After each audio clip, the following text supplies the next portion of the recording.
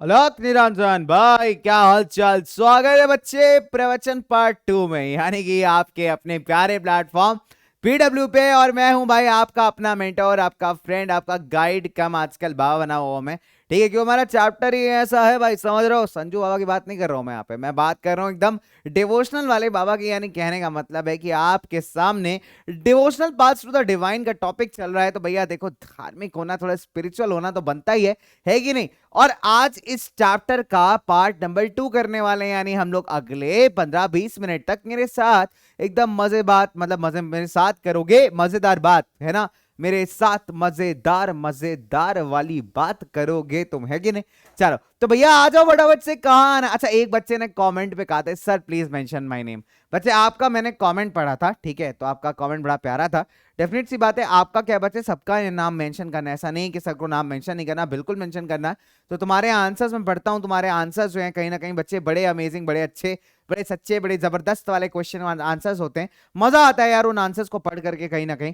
ठीक है, तो अगर मैं आपसे बात करूं प्यारे बच्चे लोग, तो आपके आंसर्स बहुत अच्छे हैं, बहुत जबरदस्त हैं, बहुत सारे हैं। तो मैं ऑलरेडी आपसे कहा था कि एकदम सरप्राइजिंगली मैं आपके कमेंट्स को लेकर के आऊंगा यहाँ पे, और सरप्राइज को सरप्राइज ही रहने देता है। अगर सरप्राइज टूट गया तो मजा नहीं लाइफ कैसे आएगा, है कि नहीं। तो भाई मजा नहीं लाइफ आने के लिए सरप्राइज रहना बरकरार है, ठीक है। तो आपके ऊपर एकदम खटाक से बॉम्ब फोड़ूंगा मैं। चलो फिलहाल आज के प्रवचन में देवियों सज्जनों ध्यान दे, मित्रों ध्यान दो। अरे आप पढ़ेंगे नहीं पढ़ेंगे बताइए फटाफट से, पढ़ेंगे ना, बहुत बढ़िया। तो आज की देखिए जो प्रवचन है उसमें हम बात करेंगे new developments in north India की, इस्लाम और सूफिज्म की। हम बात करेंगे कबीर दास जी की, हम बात करेंगे गुरु नानक की, है कि नहीं। तो चलिए, तो हम गुरु नानक देव जी की बात करेंगे, हम बहुत सारी अमेजिंग अमेजिंग बातें करेंगे। तो आज की कहानी को शुरुआत किया जाए हमारे एक जबरदस्त रिलीजन के साथ, ठीक है, जो कहीं ना कहीं डेवलप हुआ बच्चे धीरे धीरे करके, है ना। और इसने बहुत सारी अच्छी अच्छी बातें सिखाई। उसके अलावा बच्चों उन्हीं से निकले हमारे सूफी सूफी संत, जो कि हमारे कवाली गाते थे, कवाली को एक बड़ा खूबसूरत सा जॉनर लेकर के आए म्यूजिक के अंदर, राइट। तो आज भी आपने वो गाना सुना होगा ना, कुन फाया कुन, है ना। कुन फाया कुन, जब कहीं पे कुछ नहीं था, ऐसे कुछ करके उसके लिरिक्स है। तो मेरे को नहीं याद आ रहे एग्जैक्टली। एंड बहुत सारे ऐसे मतलब कवालियां हैं जो आपको सुनने को कई बार मिल जाती है ना। तो बच्चे ये जो कवाली वाला कहीं ना कहीं एक तरीके से कॉन्सेप्ट आया था, वो सूफिज्म ही लेकर के आया था, राइट। यानी कहने का मतलब है भगवान को जरूरी नहीं है कि आप ऐसे एकदम तपस्या में लीन होकर के प्रार्थना करिए, आप गाने के थ्रू भी भगवान को कॉल कर सकते हैं, प्रे कर सकते हैं, भगवान को भी अच्छा लगेगा ना। मतलब कई बार मेरे को लगता है गॉड भी बोर हो जाते होंगे ना एक तरीके की वर्शिप से, जब उनको भी थोड़ा म्यूजिक म्यूजिक सुनने को मिलता होगा, उनको लगता होगा यो लेट्स रॉक, राइट, अच्छा है, बढ़िया है। चलिए आगे बात करते हैं बच्चों, चलिए let's here we go. So the point is very simple. जो हमारे संत थे, they had very much in common with the Sufis, ठीक है।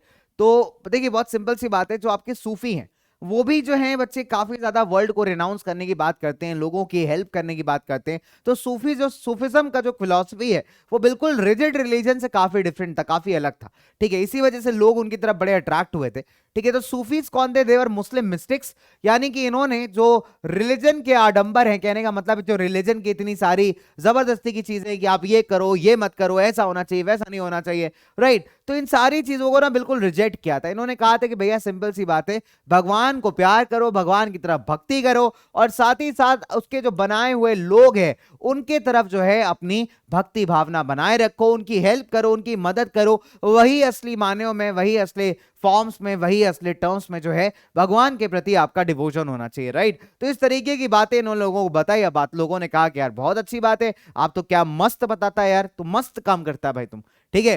अच्छा, इस्लाम जो था बच्चे, उसने क्या बोला कि स्ट्रिक्ट मोनोएथेइज्म, कहने का मतलब है कि भगवान जो है सिर्फ एक है।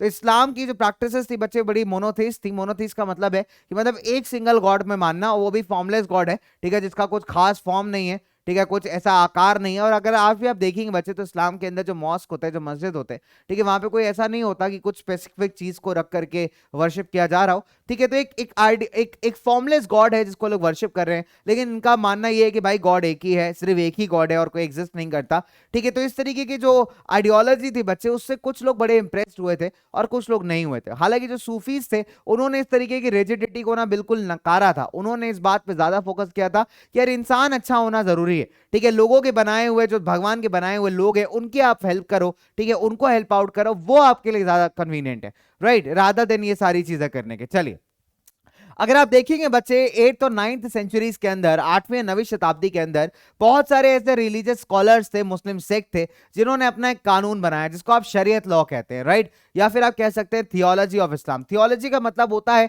जब अपने रिलीजन के बारे में, अपने धर्म के बारे में आप पढ़ते हैं, राइट। तो इन्होंने क्या किया बच्चे की, बहुत सिंपल सी बात है, जो रिलीजियस स्कॉलर्स थे इन्होंने एक अलग से बच्चे कानून बनाए, ठीक है, जिसको आप शरीयत लॉज कहते हैं। और आज भी कहीं ना कहीं बच्चे एग्जाम इस्लाम में एग्जिस्ट करते हैं। हालांकि शरीयत लॉज उस टाइम के हिसाब से बच्चे बहुत रिजिड लॉज थे, है ना कहीं आप कह सकते हो कि बहुत स्ट्रिक्टनेस के साथ चीजों को फॉलो करवाने के लिए कहते थे। तो कुछ लोग को तो ये अपील किया, लेकिन कुछ लोग को बिल्कुल भी अपील नहीं किया। फिर अगर हम बात करते हैं बच्चे, धीरे धीरे जो आपका इस्लाम था वो थोड़ा और कॉम्प्लेक्स होना स्टार्ट हो गया, राइट, यानी और कॉम्प्लिकेटेड होना स्टार्ट हो गया। और यहां पे इंपॉर्टेंस आती है आपके सूफीज की। तो सूफीज ने क्या किया, एक नया डिमेंशन स्टार्ट किया, ठीक है, इस्लाम की बातों को एक नए तरीके से बताना स्टार्ट किया। और कहीं ना कहीं ये इस बात पे फोकस किया कि आप पर्सनली भगवान को जो है अपनी श्रद्धा भक्ति दिखा सकते हैं। जरूरी नहीं है कि सारे जबरदस्ती के रिचुअल्स को आप फॉलो करिए तभी आपसे भगवान प्रसन्न होंगे, राइट। ना सूफीज ने जो इलाबोरेट रिचुअल्स है ना, या फिर एक बिहेवियर के कोड्स हैं पर्टिकुलर, आपको ऐसा करना चाहिए, आपको ऐसा नहीं करना चाहिए, जो इंसानों ने बनाए हैं, जो कि स्कॉलर्स ने बनाए हैं, ऐसे स्कॉलर्स जो कि इस्लाम के बारे में पढ़ रहे थे, रिलीजन के बारे में पढ़ रहे थे। देखो वहां पे मतलब पता है क्या होता है, कई बार ऐसा होता है कि आप किसी भी रिलीजन के बारे में जब हम बात करते हैं ना, किसी भी धर्म के बारे में बात करते हैं, तो हम उसको कभी ना कभी इंटरप्रेट अपने हिसाब से करते हैं, राइट। बहुत सिंपल सी बात है, इंटरप्रेट अपने हिसाब से हम लोग करते हैं।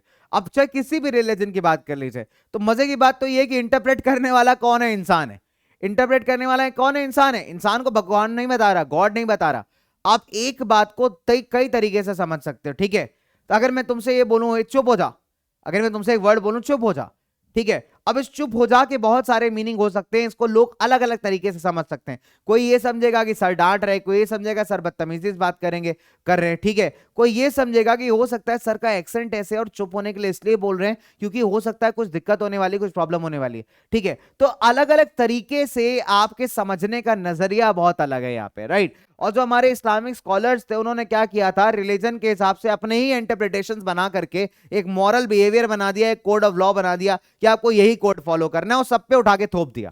तो सूफीज ने यहाँ पे एक ब्रेक दिया। सूफीज ने कहा ऐसा कोई जरूरत नहीं है, ठीक है, बहुत सिंपल सी बात है कि आप जो है आपके जो स्ट्रिक्ट कोड ऑफ बिहेवियर है, जरूरी नहीं है कि अगर आप उसको फॉलो करेंगे तो ही आपको भगवान की ब्लेसिंग्स मिलेंगी। इसके अलावा एक पर्सनल डिवोशन, एक पर्सनल भक्ति से भी आप भगवान की ब्लेसिंग्स को ले सकते हैं, राइट। तो बहुत सिंपल सी बात है, इनके क्लियर ऑब्जेक्टिव क्या थे। सूफीज क्या कहते हैं, सूफी कहता है कि जिस प्रकार से एक मजनू अपनी लैला को ढूंढता है, कहने का मतलब बहुत सिंपल है, इसको थोड़ा मॉडर्न कॉन्टेक्स्ट में समझते हैं क्योंकि मजनू, लैला, अलिफ लैला सब पुराने हो चुके हैं।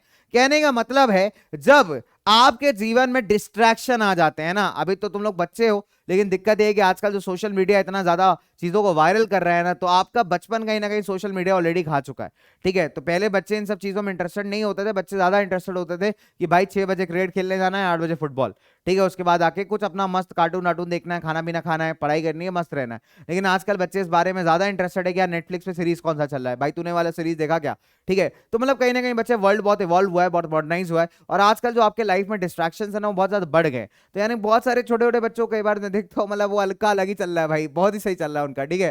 तो पॉइंट इज, कहने का मतलब ये है कि अभी अच्छा 10th वाली एज तक आते आते आप और खतरनाक हो जाते हो। 10th तक आते आते क्या होता है, आपको अलग ही लेवल के एकदम फेरी वर्ल्ड में आप चले जाते हो, है ना।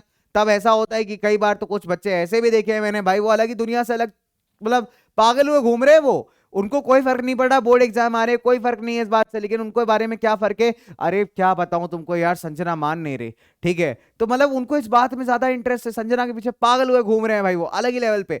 संजना कौन है मेरे को नहीं पता, मतलब I am just giving an example, right, कि भाई वो, अरे यार वो भाई वो मेरी बात को ऐसे रिजेक्ट कर दिया यार, उसने ऐसे बोला, अरे भाई बोर्ड एग्जाम आ रहे तुम्हारे, सीबीएसई ने कैसे बोला वो सोचो ना यार, ठीक है। लेकिन दिक्कत ये कि बच्चे कहीं ना कहीं इस टाइप की चीजें नहीं हो पा रही।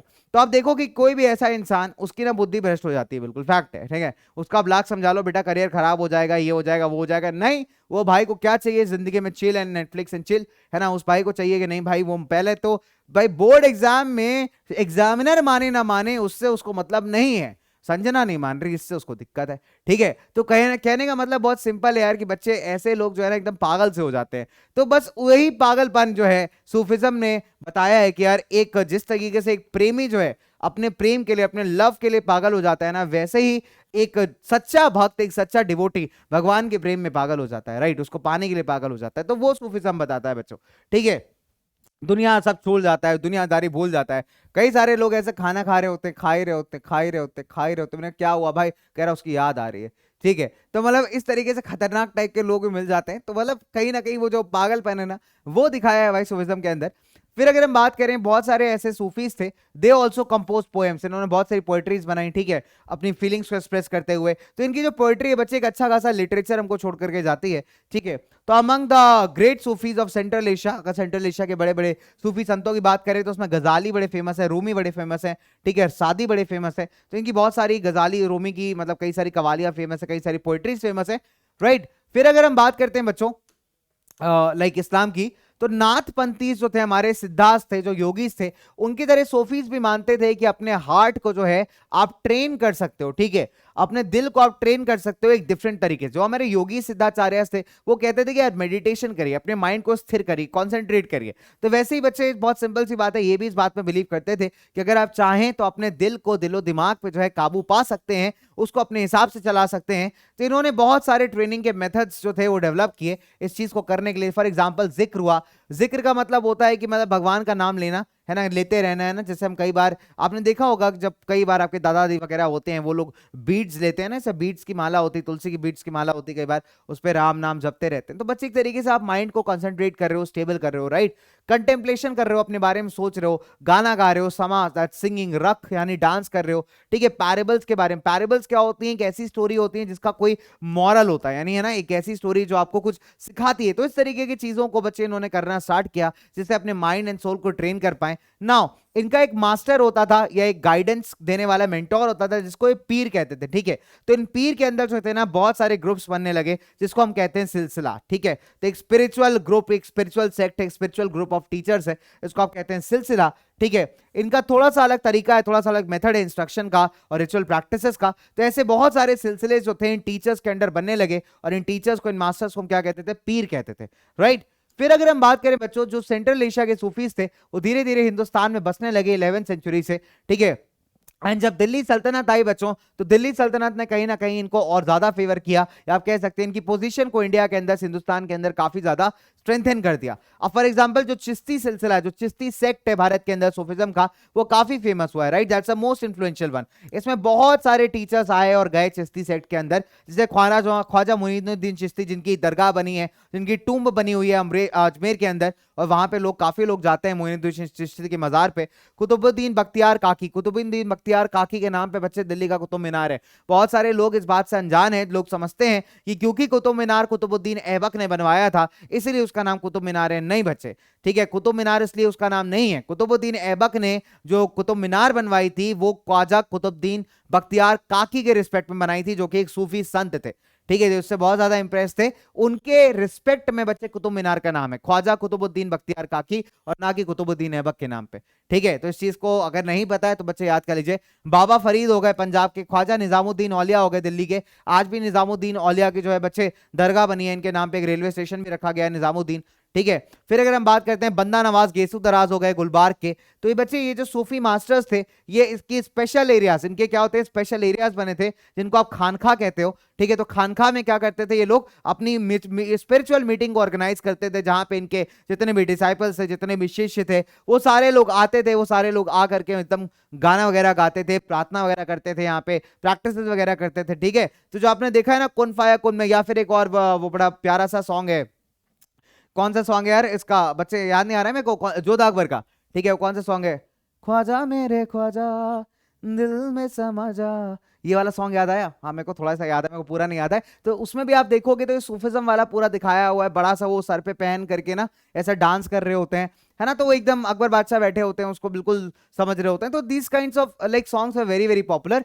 ठीक है, फिर अगर मैं बात करूं इस्लाम और सूफिज्म की, तो देखिए बहुत सिंपल सी बात है, जितने भी इसके डिवोटीज थे, ठीक है, बहुत सारे डिवोटीज थे, चाहे वो कॉमन लोग हुए या वो राजा महाराजा हुए हो, ठीक है। तो ये इन खानखास में आया करते थे, किस लिए बच्चों? बहुत सिंपल सी बात है, स्पिरिचुअल मैटर्स को डिस्कस करने के लिए। जो संत थे, ये फकीर थे, जो अब सूफीज थे, इनकी ब्लेसिंग्स पाने के लिए, ठीक है, अपने जितने भी समस्याएं हैं, चाहे वो किंगडम की हो, चाहे वो अपनी पर्सनल लाइफ से रिलेटेड है, उसको डिस्कस करने के लिए, या फिर इन म्यूजिक ऑर्गेनाइजेशंस को अटेंड करने के लिए, या फिर ये जो म्यूजिक डांस सेशंस होते थे, इनको अटेंड करने के लिए भी कई बार ये लोग जाया करते थे।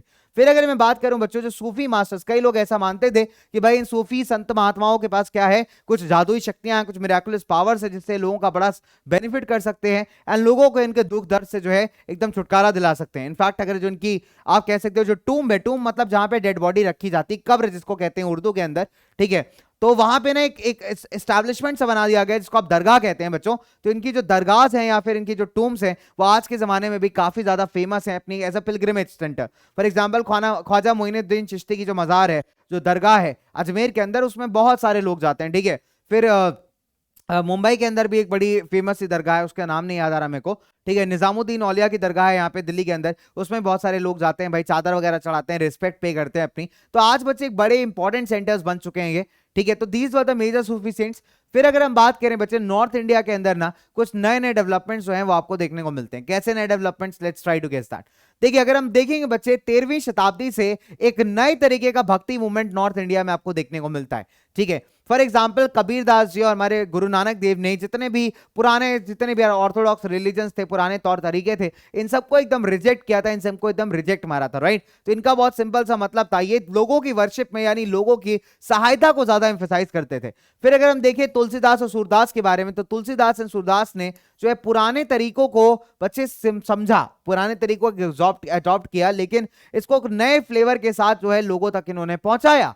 अब तुलसीदास की बात करें, सूरदास की बात करें, अच्छा तुलसीदास को जाना जाता है बच्चों, तुलसीदास के साथ एक बड़ा अमेजिंग सा अकाउंट सिचुएटेड है, शायद मैंने पहले भी आपको बताया है कि हनुमान चालीसा है ना, जब हम हनुमान चालीसा की बात करते हैं तो भाई ऐसा माना जाता है हिस्टोरिकल के अंदर कि एक बार टाइम ऐसा था कि अकबर ने इनको इम्प्रिजन कर लिया और ये करीब आप कुछ समय तक भाई जेल के अंदर थे, जहां पे बैठे बैठे मतलब तुलसीदास जी ने जो था ये हनुमान चालीसा का जो था बच्चे क्रिएशन किया, ठीक है।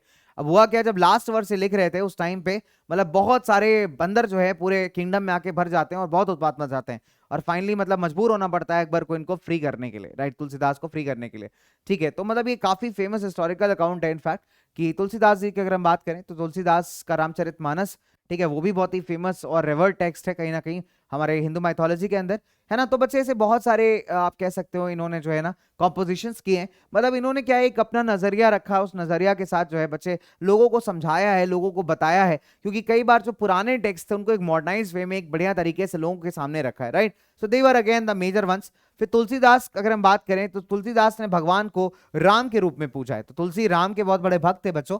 सो तुलसीदास का कंपोजिशन है Ramcharitmanas, that was written in Awadhi भाषा, ठीक है, जो कि ईस्टर्न यूपी में काफी ज्यादा बोली जाती थी। तो पहली बात तो बच्चे इसका डिवोशन भी है, एक तरीके से दो तरीके से पर्पस सर्व करता है। पहली बात तो जो तुलसीदास की भक्ति है राम के लिए, भगवान राम के लिए, ठीक है, जो तुलसीदास जी की भक्ति है उसको ही दर्शाता है, उसके साथ ही साथ बच्चा हमारा एक बहुत ही अच्छा लिटरेरी सोर्स बनता है, राइट। अगर हम बात करें तो कृष्ण भक्ति और राम भक्ति दो तरीके की वहां पे धाराएं बन गई थी बच्चे लिटरेचर के अंदर। कभी आप हिंदी लिटरेचर पढ़ेंगे, ठीक है, तो हिंदी लिटरेचर में आपको बहुत सारे कवि पढ़ने को मिलते हैं, जिसमें कुछ कवि जो हैं कृष्ण भक्ति के हैं और कुछ कवि जो हैं राम भक्ति के हैं। ठीक, कृष्ण भक्ति में अगर हम बात करेंगे तो रसखान बड़े इंपॉर्टेंट है उस केस में, ठीक है, रसखान के सवैये बड़े फेमस है, रसखान के सवैये साकिया सबद जो है, ठीक है। कबीर जो है निर्गुण धारा में माने जाते हैं, कभी आप और हिंदी पढ़ेंगे तो आपको बताएंगे आपके हिंदी टीचर भी, कबीर इज ऑफ निर्गुण धारा। निर्गुण इज जो कभी भी, निर्गुण का मतलब होता है जो भगवान को किसी शेप में नहीं देखते, जो भगवान को किसी फॉर्म में नहीं देखते, फॉर्मलेस भगवान है उनके लिए, भगवान कोई इमेज नहीं है उनके लिए, भगवान एक थॉट है, एक बिलीफ है, एक इमोशन है, एक एक्सप्रेशन है, एक फीलिंग है, वो गॉड है उनके लिए, राइट। तो ऐसे बहुत सारे लिटरेरी वर्क्स आपको देखने को मिलते हैं between 13th and 17th centuries, right. फिर हम बात करते हैं बच्चों सूरदास, ये कृष्ण के बहुत बड़े भक्त थे, भगवान कृष्ण के, इनके जो कंपोजिशंस हैं, ठीक है, सुर सागर के अंदर बच्चे सुरसुरावली जो है, साहित्य लहरी जो है, ये कुछ कॉम्पोजिशंस हैं जो आपके सूरदास ने लिखे हुए हैं। तो अच्छा क्वेश्चन है आपसे, सुर सागर पूछ सकता है किसने लिखा है, तो सुर सागर लिखा है आपके सूरदास ने। फिर आते हैं हमारे शंकरादेव वासाम लेट 15th सेंचुरी में, जिन्होंने भगवान विष्णु की तरफ अपनी भक्ति को अपने पोएम्स एंड प्लेज जो इन्होंने आसामी भाषा में लिखे हैं उसके थ्रू जो है बच्चों काफी ज्यादा दर्शाया है। फिर अगर हम बात करें बच्चे, इन्होंने क्या है, नाम घर, नाम घर का मतलब होता है जहां पे भगवान के लिए प्रार्थना की जाए, भगवान से प्रार्थना की जाए, ठीक है। तो ऐसे नाम घरों का एस्टैब्लिशमेंट किया था भारत के नॉर्थ ईस्टर्न पार्ट्स में, और ये प्रैक्टिस आज भी प्रेवलेंट है इन नाम घरों की, राइट। मीराबाई की बात करते हैं। मीराबाई बच्चे माना जाता है कि भगवान कृष्ण की एक बहुत बहुत बड़ी भक्त हुई है। तो मीराबाई बाई बच्चे एक राजपूत राजकुमारी थी, तो इनकी मेवाड़ के राजघराने में शादी हुई। लेकिन दिक्कत ये है कि बच्चे सिंपल सी बात है, 16 सेंचुरी के अंदर मीराबाई जो थी रविदास की शिष्या बनी, एंड एक ऐसे सेंट जो कि बच्चे अनटचेबल कास्ट से आते थे, यानी कि एक ऐसे समाज से आते थे जिनको काफी ज्यादा रिस्पेक्ट नहीं मिलती थी सोसाइटी के अंदर। तो ये भगवान कृष्ण की तरफ ये काफी ज्यादा डिपोटेड थी बच्चे। तो मीराबाई के जो पद हैं वो काफी फेमस है ना।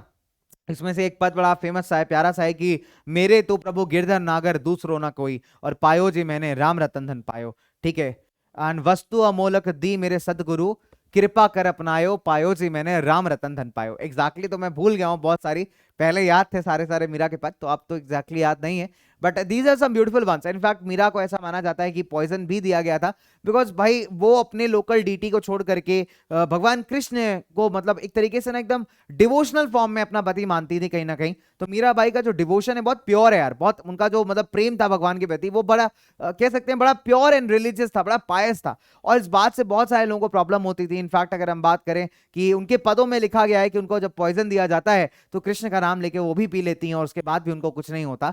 तो इतनी बड़ी भाई भक्त है हमारी मीराबाई। चलिए तो आगे बात करते हैं थोड़ा सा। अब बात करेंगे दो बड़े महान व्यक्तियों के बारे में, एक तो हमारे कबीर दास जी और दूसरे हमारे गुरु नानक देव। ठीक है, तो अगर हम बात करें बच्चे कबीर दास और गुरु नानक देव की, तो कबीर दास जी जो है 15वीं 16वीं शताब्दी में जो है के आसपास ये एग्जिस्ट करते थे। ठीक है, one of the most influential saints हुए हैं। तो इनफैक्ट मुस्लिम वीवर्स जो जुलाहे थे उन्होंने इनको पाला था, और कहीं ना कहीं बनारस के आसपास जो है बच्चे इनका पालन पोषण हुआ है इनके छोटे एज में, जब ये छोटे थे काफी। हालांकि अगर हम बात करें जो कबीर की साखियां हैं, जो कबीर के पद हैं जो इन्होंने लिखे हैं, जो कबीर दास जी के दोहे हैं, ठीक है, वो बड़े फेमस है। और आज की भी कई बार आपने देखा होगा कॉम्पिटिशन्स के अंदर जो है कबीर दास जी के दोहे वगैरह गाए जाते हैं, ठीक है, बोले जाते हैं। तो कबीर दास जी के दोहे जो है, कबीर ने क्या किया है, भगवान की भक्ति को एक बड़ा सिंपल फॉर्म में ब्रेक डाउन करके बताया है, और इस बात पे फोकस किया है, इस बात पे एम्फसाइज किया है कि यार भगवान की भक्ति मन में होनी जरूरी है। आप जबरदस्ती के रिचुअल्स करके, जबरदस्ती की चीजें दिखा करके भगवान अगर ये कहो कि मैं भगवान की भक्ति कर रहा हूं तो बिल्कुल गलत है यहाँ पे, राइट। फिर अगर हम बात करें कुछ लेटर मतलब इनके कुछ कलेक्शंस थे, वो गुरु ग्रंथ साहिब में भी बच्चे कुछ फेमस से प्यारे से दोहे हैं वो लिए गए हैं। ठीक है, पंचवाणी के अंदर प्रिजर्व किया गया है, जो कबीर के बीजक हैं, बीजक जो है इनके जितने भी पोएट्रीज वगैरह हैं उसका कंपाइलेशन है, इसको हम कहते हैं बीजक। तो उसके अंदर भी बच्चे इनके बहुत सारे कंपाइलेशंस आपको देखने को मिल जाते हैं। फिर अगर मैं बात करूं इनकी जो टीचिंग्स है, बहुत सिंपल सी बात है, ये रिजेक्ट करते हैं मेजर रिलीजियस ट्रेडिशंस को। मैंने आपको बताया ना कि बच्चे सिंपल सी फॉर्म में जितनी भी एक्सटर्नल वर्शिप है, ठीक है, चाहे वो किसी भी रिलीजन की, ऐसा नहीं कि किसी एक रिलीजन की, चाहे वो किसी भी रिलीजन के ऑर्थोडॉक्स तौर तरीके हों, पुराने रूढ़िवादी तौर तरीके हों, उनको कि मतलब कि जबरदस्ती के ऐसे वेस बना दिए जाएं कि नहीं भाई अगर आपको मतलब साल्वेशन अचीव करना है, मोक्ष प्राप्त करना है, भगवान से मिलना है, तो आपको ये करना ही पड़ेगा, रिचुअल करना पड़ेगा। तो ऐसी सारी चीजों को इन्होंने क्लियर एंड कट रिजेक्ट मारा है यहाँ पे बच्चों। नाउ इनकी जो लैंग्वेज थी पोएट्री की, एक सिंपल हिंदी है, खासकर वो हिंदी जो लोकल लोग बोलते थे, ऑर्डिनरी लोग यूज करते थे, राइट। सो बहुत सिंपल सी बात है, ऐसी भाषाओं को बिल्कुल यूज नहीं करते थे जो बहुत हाई क्लास लैंग्वेजेस थी, ठीक है, या फिर बहुत कॉम्प्लेक्स लैंग्वेजेस थी जो लोगों के समझ में नहीं आए। कबीर लोगों से इसलिए ज्यादा कनेक्ट कर पाए क्योंकि कबीर दास जी जो लोगों की भाषा थे वो बोलते थे, ऑर्डिनरी पीपल्स की भाषा बोलते थे। That is why Kabir Das ji इतना ज्यादा कनेक्ट कर पाए लोगों के साथ, राइट। फिर अगर हम बात करें बच्चे, मैंने कहा ना कि निर्गुण धारा के कवि हैं, कहने का मतलब है कि एक ही तरीका है मोक्ष पाने का, वो ये है कि आप भक्ति करिए, ठीक है। तो इनके जो फॉलोअर्स हैं कबीर दास जी के, वो हिंदू समाज से भी आते हैं और आपके मुस्लिम समाज से भी आते हैं। तो ऐसा कुछ नहीं है कि किसी पर्टिकुलर रिलीजन को रिस्ट्रिक्टेड थे, नहीं, ये ह्यूमैनिटी को रिस्ट्रिक्टेड थे। इस बात पे ज्यादा फोकस करते थे कि भैया ह्यूमन बनिए, इंसान बनिए, इंसान बनना ज्यादा बेहतर है एक जबरदस्त मतलब रिलीजियस पर्सन होने से, राइट। तो इंसान बनेंगे तो सबके काम आएंगे, सिर्फ रिलीजन की बात करेंगे, सिर्फ रिचुअल्स करेंगे तो आपका ऐसा रिलीजन का ढोंग करना बिल्कुल बेकार है, राइट। इसी बात पे हमारे कबीर दास जी फोकस करते थे। फिर अगर हम बात करते हैं चलिए गुरु नानक देव जी की, गुरु नानक देव जी बच्चा हमारा आज का लास्ट टॉपिक है क्लास का, उसके बाद कुछ क्वेश्चन मैं आपसे पूछूंगा और फिर क्लास को हम लोग यहाँ पे वाइंड अप करेंगे, ठीक है।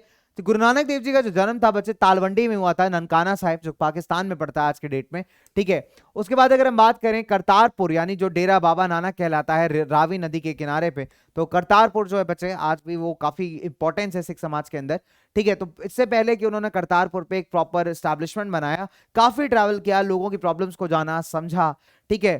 बहुत सिंपल सी बात है। तो ये बच्चे क्या करते थे, आपने खुद के इनके कुछ गाने थे, गाने इन द सेंस की रिलीजियस सॉन्ग्स थे, भगवान को याद करते हुए वाणी जिसको आप कहते हैं बच्चे, ये वो गाया करते थे। जो भी इनके फॉलोअर्स थे उनको अच्छी बातें बताया करते थे, ठीक है। तो irrespective of the former creed, caste, gender, बहुत सिंपल सी बात है, इन्होंने लंगर का एक बड़ा प्यारा सा प्रोसेस स्टार्ट किया। कभी भी गुरुद्वारे में आप लंगर चखने जाइए, ठीक है, लंगर इज अ प्रसाद, राइट। कभी भी आप गुरुद्वारे में जाइए, जो फूड गुरुद्वारे के अंदर फ्री में फूड डिस्ट्रीब्यूट होता है बच्चे, that is called langar eating in the common kitchen.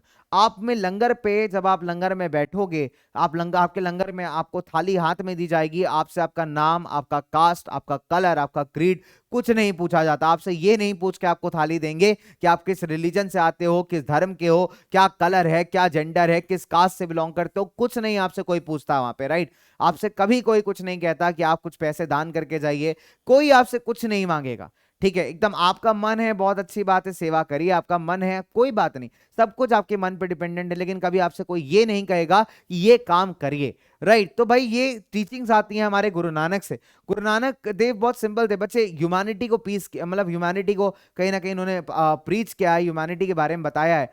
तो इनका बड़ा खूबसूरत सा प्रैक्टिस था, eating in the common kitchen, that's langar. अब कहीं ना कहीं बच्चे, जो गुरु नानक ने एक सीक्रेट धर्मसाल बनाई, यानी एक सीक्रेट प्लेस बनाई, जहां पे भगवान का अर्चन कीर्तन किया जा सके, एक अच्छी बातों को समझा जा सके, उसको लेटर ऑन हम कहते हैं गुरुद्वारा, राइट। तो वही गुरुद्वारा में आज अगर आप जाते हैं, gurudwara is a very peaceful place, right. कभी भी आप गुरुद्वारे जाइए बच्चे, वहां के वाइब्स ही अलग है, आप बहुत शांत फील करोगे, सारी प्रॉब्लम्स आपकी ऐसा लगेगा कुछ समय के लिए रुक गई हैं, राइट। तो that is a beautiful thing about gurudwara. तो बच जब इनकी डेथ हुई 1539 में, तो गुरु नानक ने अपने एक फॉलोअर्स को अपना एक सक्सेसर अपॉइंट कर दिया कि मेरे बाद अब इसको आप आगे बढ़ाइए, राइट। इनका नाम था लहना, बट इनको बाद में गुरु अंगद के नाम से जो है बच्चे जाना गया, ठीक है, signifying that he was a part of Guru Nanak only, right. तो कहने का मतलब है अंगद, अंगद मतलब उन्हीं का अंग। तो ऐसा माना जाता है कि भाई जो इनका नाम लहना था, लेकिन लहना को जब गुरु बने, ठीक है, तो उनको माना गया एज अ गुरु अंगद, यानी कि नानक जी का ही एक पार्ट है गुरु अंगद देव। तो गुरु अंगद ने जितने भी कॉम्पोजिशन थे गुरु नानक को, उसको कंपाइल किया, उसमें इन्होंने खुद के भी कुछ न्यू स्क्रिप्ट ऐड की, जिसको आप कहते हैं बच्चे गुरुमुखी स्क्रिप्ट। अगर आप देखें सिख भाषा जब पंजाबी लिखी जाती है properly, that is written in the Gurmukhi script. तो जो गुरुमुखी स्क्रिप्ट ऐड करने वाले थे वो थे आपके गुरु अंगद देव जी। फिर अगर हम बात करते हैं बच्चे, जो 3 सक्सेसर्स हुए गुरु अंगद देव के, उन्होंने भी नानक नाम से ही अपने आप को आगे बढ़ाया, ठीक है। जितने भी इनके कंप्लीट कॉम्पोजिशंस हैं, जितने भी इनकी चीजें हैं, जो अच्छी बातें इन्होंने लिखी हैं, इसको कंपाइल किया था गुरु अर्जन देव जी ने 1604 के अंदर, राइट। फिर अगर हम बात करें इस कंपाइलेशन में, इस बुक्स में और भी बहुत सारे ऐसे सेंट्स हुए हैं, संत हुए हैं, जिनकी अच्छी अच्छी बातों को ऐड किया गया, जैसे शेख फरीद हो गए, संत कबीर हो गए, भगत नामदेव हो गए, गुरु तेग बहादुर जी हो गए। तो ये सारे कंपाइलेशंस बढ़ते गए बढ़ते गए बढ़ते गए बच्चे, और फाइनली 1706 में इन कंपाइलेशन को ऑथेंटिकेट किया गया था बाय गुरु गोविंद सिंह जी, ठीक है। अब इसको हम गुरु ग्रंथ साहिब के नाम से जानते हैं, या फिर आप कह सकते हैं सिक्स का जो होली स्क्रिप्चर है बच्चों, उसकी हम बात करते हैं, राइट। तो ये कंपाइलेशंस की जब हम बात कर रहे हैं बच्चे, जब गुरु ग्रंथ साहिब की बात कर रहे हैं हम यहाँ पे, तो ये गुरु ग्रंथ साहिब एक ऐसी किताब है, एक ऐसी बुक है, इसको हम लिविंग ग्रंथ कहते हैं, ठीक है। अगर हम सिखिज्म की बात करें तो इसको लिविंग ग्रंथ कहते हैं, मतलब this is not considered to be a dead book, it's a living book, right. क्यों लिविंग बुक है बच्चे? क्योंकि अगर हम सिख समाज की बात करें तो ये बहुत ही ज्यादा होली है, पहली बात तो बहुत ही रिलीजियस है। फिर अगर आप कभी गुरुद्वारे में आपने प्रोसेशन देखा हो कभी भी, तो गुरु ग्रंथ साहिब को माना जाता है कि इसमें एक लिविंग सोल है, जितने भी गुरु हैं उनकी टीचिंग्स है, उनका एसेंस है, उनकी प्रेजेंस है, राइट। तो इसको बड़े रिस्पेक्ट के साथ रखा जाता है, इसको रेस्ट करने का टाइम दिया जाता है, सुबह के टाइम पे बड़े एकदम इलाबरेटेड प्रोसेशन के साथ गुरु ग्रंथ साहिब को लाया जाता है, ठीक है। कभी आप अमृतसर जाइए, गोल्डन टेम्पल जाइए, आपको ये बड़ी खूबसूरत सी मतलब जो सेरेमनी है ये देखने को मिलेगी बच्चे, अपने आप एक लाइफ में अपना एक एक्सपीरियंस है, राइट। तो जितने भी गुरुओं की जितनी भी टीचिंग्स थी, जितनी भी अच्छी बातें थी, जो भी बच्चे उन्होंने कहा, जो भी उन्होंने चीजें बताई, वो सारी की सारी फाइनली इस आदि ग्रंथ में कंपाइल की गई, जिसको आप गुरु ग्रंथ साहिब के नाम से भी जानते हैं, राइट। फिर अगर हम बात करेंगे बच्चों नानक देव जी की, तो जो गुरु नानक देव जी के फॉलोअर्स से कहीं ना कहीं 16वीं सेंचुरी में बढ़ते गए, राइट। इनफैक्ट अगर हम बात करें बच्चे, बहुत सारे कास्ट से इनके फॉलोअर्स बिलोंग करते थे, कोई स्पेसिफिक एक कास्ट से नहीं आते थे, ठीक है। चाहे वो एग्रीकल्चर हो, चाहे वो ट्रेडर्स हो, चाहे छोटे मोटे काम करने वाले लोग हों। तो कहीं ना कहीं बच्चे अगर हम बात करें तो गुरु नानक देव जी ने इसी चीज को इंस्टेंस किया है, एक ही चीज पे अपना फोकस किया है, ठीक है। नानक देव जी ने कभी ये नहीं कहा कि आप अपनी दुनियादारी छोड़ करके आ जाइए, नहीं, आप सेवा करिए यार, आप ह्यूमैनिटी की सेवा करिए, अपना काम भी करिए, आपका काम भी इक्वली इंपॉर्टेंट है। आप सिंपल सी बात है अच्छे ऑक्यूपेशंस में जाइए, अच्छे काम करिए, पैसे कमाइए, घर बार वालों को संभालिए, ठीक है, और कहीं ना कहीं आपस में भी कंट्रीब्यूट करिए, जितने भी हमारी कम्युनिटी है उसमें आप चाहिए तो उसमें अपना कंट्रीब्यूशन दीजिए, सेवा करिए, जिसको आप कहते हैं ना सेवा करना। So that is what Nanak ji ने हमको बताया, हमेशा बताया। आप कभी भी गुरुद्वारे चले जाओ यार, गुरुद्वारे के अंदर आप देख करके शॉक होगे कि मतलब जो बहुत ही एफ्लुएंट क्लासेस से भी लोग आते हैं, मतलब बहुत रिच होते हैं, मतलब बाहर बंदा उतरता है, मतलब बहुत अच्छी कार से उतर के आता है, वो भी आपके शूज उठाने में कभी भी ऐसा झिझकता नहीं है, ठीक है, बिकॉज दैट इज सेवा, राइट। आप डजेंट मैटर कहां से आ रहे हैं बच्चे, बस एक चीज जो सिखाई है गुरु नानक देव जी ने वो यही है कि आप सेवा करिए, ठीक है, आप सर्विस करिए, that is really important. And यही सबसे अपीलिंग था, जब इसके चलते बच्चे बहुत सारे लोग थे जिन्होंने सिख समाज को, गुरु नानक देव जी की टीचिंग्स को अडॉप्ट किया। और कहीं ना कहीं बच्चे आज भी ये सेवा भाव आप जरूर देख सकते हैं वर्ल्ड के अंदर, यानी कोई भी कैलामिटी आती है ना, एक कम्युनिटी सबसे आगे खड़ी होती है, वो है आपका सिख समाज, सिख कम्युनिटी, राइट। तो बच्चे ये कहीं ना कहीं बच्चे दिखता है गुरुओं की टीचिंग्स के अंदर। फिर अगर हम बात करें 17वीं सेंचुरी की स्टार्टिंग में जो रामदासपुर का बच्चे शहर था, जो टाउन ऑफ रामदासपुर था, उसके अराउंड, यानी जिसको आप अमृतसर के नाम से जानते हैं, उसके अराउंड बच्चे हरमंदिर साहिब यानी golden temple, golden temple famous है लेकिन उसका ओरिजिनल नाम बच्चे हरमंदिर साहिब गुरुद्वारा है, उसका स्टैब्लिशमेंट हुआ। तो कहीं ना कहीं अगर हम बात करें बच्चों की, दैट इज कॉल्ड एज, अगर हम बात करें बच्चे जो सिख कम्युनिटी था उसको कहा जा सकता है कि that was a state with in state, मतलब कहीं ना कहीं धीरे धीरे। फिर अगर हम बात करते हैं 16-17 सेंचुरीज की, तो मुगल इंटरफेरेंस था, वो भी बच्चे बढ़ना स्टार्ट हो गया था। फिर जरूरी था कि भाई हमारे एक सेगमेंट ऐसा बनाया जाए कम्युनिटी के अंदर जो अपने आप को डिफेंड कर पाए, लोगों को डिफेंड कर पाए, राइट। सो जो मुगल एम्परर जहांगीर थे for example, they look them as potential threat, ठीक है, इन्होंने कहा कि गुरु अर्जन देव को 1606 में एग्जीक्यूट कर दिया जाए। जबरदस्ती भाई, एक इतना खूबसूरत कम्युनिटी है उसको ये एज अ थ्रेट देखना स्टार्ट कर दिया कि इनकी पावर बढ़ रही है। भाई सिक्स की पावर बढ़ रही थी, सिक्स का बहुत सिंपल सी बात है, एक ऑब्जेक्टिव था कि भाई एक बढ़िया समाज बनाना, एक अच्छी कम्युनिटी बनाना, राइट। तो कहीं ना कहीं जो सिख मूवमेंट था that started getting politicized in 17th century, ठीक है। एंड फाइनली बच्चे आप देख सकते हैं कि गुरु गोविंद सिंह जी ने 1699 में खालसा पंथ की स्थापना की। खालसा बच्चे एक आर्मी समझ लो, एक स्पेशल सेगमेंट समझ लो जो कि मिलिटेंट इन नेचर था। कहने का मतलब है कि बच्चे वो प्रोटेक्शन करने के लिए रिस्पेक्ट में था, कि मतलब अपनी कम्युनिटी को इन मुगल्स के अगेंस्ट प्रोटेक्ट किया जा सके। तो उनको सिखाया गया, उनको ट्रेन किया जाए कि भाई बहुत जरूरी है कि आपको वेपन्स उठाने पड़ेंगे प्रोटेक्शन के पर्पसेस के लिए, ठीक है। तो ये जो कम्युनिटी ऑफ सिक्स है बच्चे कहलाती है आपकी खालसा पंथ। तो ये जो खालसा पंथ था ये थोड़ा सा बच्चे कहीं ना कहीं पॉलिटिकल टर्म्स में ग्रो करना स्टार्ट कर दिया, राइट। चलिए फिर अगर हम बात करें, नानक जी ने एम्फसाइज किया कि भाई एक ओंकार यानी एक गॉड की वर्शिप की जाए, ठीक है। एंड सिंपल सी बात है, इन्होंने कहा कि भाई आपको मोक्ष प्राप्ति के लिए, साल्वेशन अटेन करने के लिए कोई जरूरी नहीं कि आप किसी पर्टिकुलर कास्ट को बिलोंग करते हो, किसी पर्टिकुलर जर्नर को बिलोंग करते हो। तो इनका लिबरेशन का आइडिया बहुत सिंपल था, ठीक है। इनका मतलब था कि बहुत सिंपल सी बात है, एक सोशल कमिटमेंट के साथ आपको एक इंटरनल सेटिस्फैक्शन मिल जाता है, एक एक्टिव लाइफ के साथ अगर आपको इंटरनल सेटिस्फैक्शन मिलता है, दैट इज बेसिकली मोक्ष और साल्वेशन फॉर यू, राइट। चलिए, he himself used the terms नाम, दान, स्नान for the ways of teaching, है ना। बहुत सिंपल सी बात है, इनका सिंपल सा मतलब यही था कि भाई आप लोगों का वेलफेयर करिए, सही तरीका वही है ना। आप अपने आप में करप्ट मत होइए, अपने आप को अच्छा रखिए, साफ सुथरा रखिए। साफ सुथरा मतलब आपके मन और तन दोनों एकदम, विचार जो है बिल्कुल साफ होने चाहिए। So these are the various things जो हमारे नानक जी ने हमको सिखाई, राइट। तो इनको बच्चे, इनके जो टीचिंग्स हैं उनको हम आज याद रखते हैं इन द फॉर्म ऑफ नाम जपना, कीरत करना, ठीक है, वंद चखना। तो बच्चे बहुत सारे इंपॉर्टेंट चीजें हैं जो हमारे कहीं ना कहीं हमारे नानक जी हमको सिखा के गए। तो आप देखेंगे गुरुद्वारे के अंदर वाड़ियां होती हैं, ठीक है, कीर्तन होते हैं। तो ये इंपॉर्टेंट है, क्यों बच्चे, एक तरीके फॉर्म ऑफ मेडिटेशन है, आपके माइंड को स्टेबल करते हैं कहीं ना कहीं, राइट। फिर अगर हम बात करें गुरु नानक जी का जो आइडिया था इक्वालिटी का, एंड बहुत सिंपल सी बात है, गुरु नानक जी का जो आइडिया है कि इक्वालिटी होनी चाहिए, उसके बहुत सारे बच्चे सोशल पॉलिटिकल इफेक्ट्स भी आए थे। तो इनका मतलब यही था कि भाई एक समाज को साथ लेकर के चलो, एक सोसाइटी को साथ लेकर के चलो, राइट। तो बहुत सिंपल सी बात है, अगर हम देखेंगे गुरु नानक जी के जो फॉलोअर्स हैं, ठीक है, एंड जो बाकी रिलीजियस के फॉलोअर्स हैं, कहीं ना कहीं बच्चे एक तो मतलब इनके जो आइडियोलॉजीज हैं काफी सिमिलर भी हैं, ठीक है। अगर आप देखेंगे जो कबीरदास जी हैं, दादू दयाल हुए हैं, या जितने भी इस तरीके के इस कंटेम्प्रेरी टाइम के सेंट्स हुए हैं, तो इन्होंने एक चीज पे काफी फोकस किया है, वो है भाई ह्यूमैनिटी को आगे रखना, लोगों की सेवा करना, लोगों को मतलब लोगों के लिए अच्छा करना। तो that is basically very very common. इन्होंने रिनाउंसिएशन की बात नहीं की, इन्होंने ये नहीं कहा कि जंगलों में आप चले जाइए, इन्होंने ये नहीं कहा कि दुनिया छोड़ दीजिए, ये नहीं कहा कि अपनी फैमिली रिस्पॉन्सिबिलिटीज को छोड़ दीजिए।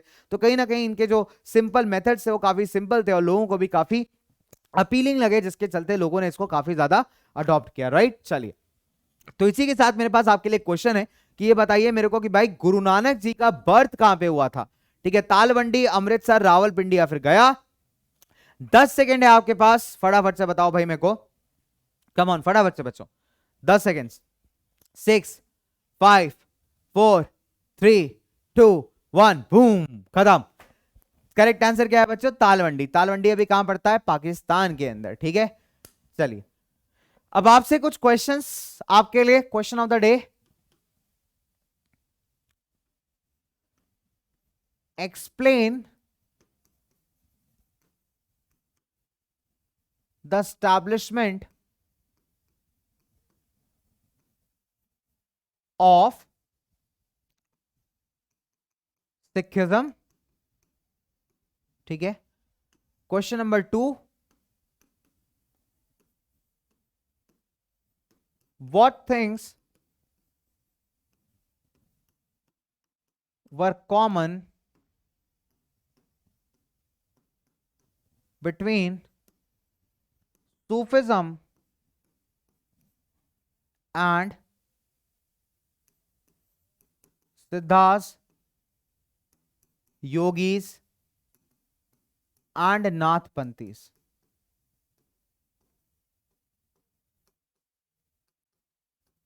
ठीक है, तो बेटा ये 2 क्वेश्चंस हैं, इसका आंसर आप कमेंट सेक्शन में दे सकते हैं। अपने प्यारे प्यारे आंसर जरूर से दीजिएगा, मुझे बहुत ज्यादा इंतजार रहता है आपके आंसर्स का। चलिए तो इसी के साथ बच्चा बाड़ी आज की क्लास को अपन करते हैं समाप्त, आज की क्लास को अपन करते हैं एंड। तो आज का प्रवचन यही होता है समाप्त। इसके बाद मैं मिलूंगा आपसे अगले क्लास में, तब तक के लिए क्या करना है? पी करके पानी का भरा हुआ ग्लास आ जाना है वापस इन क्लास। तब तक के लिए मिलते हैं और रहना एकदम झकास, ठीक है। तो बाय बाय बच्चों, take care and stay tuned with PW.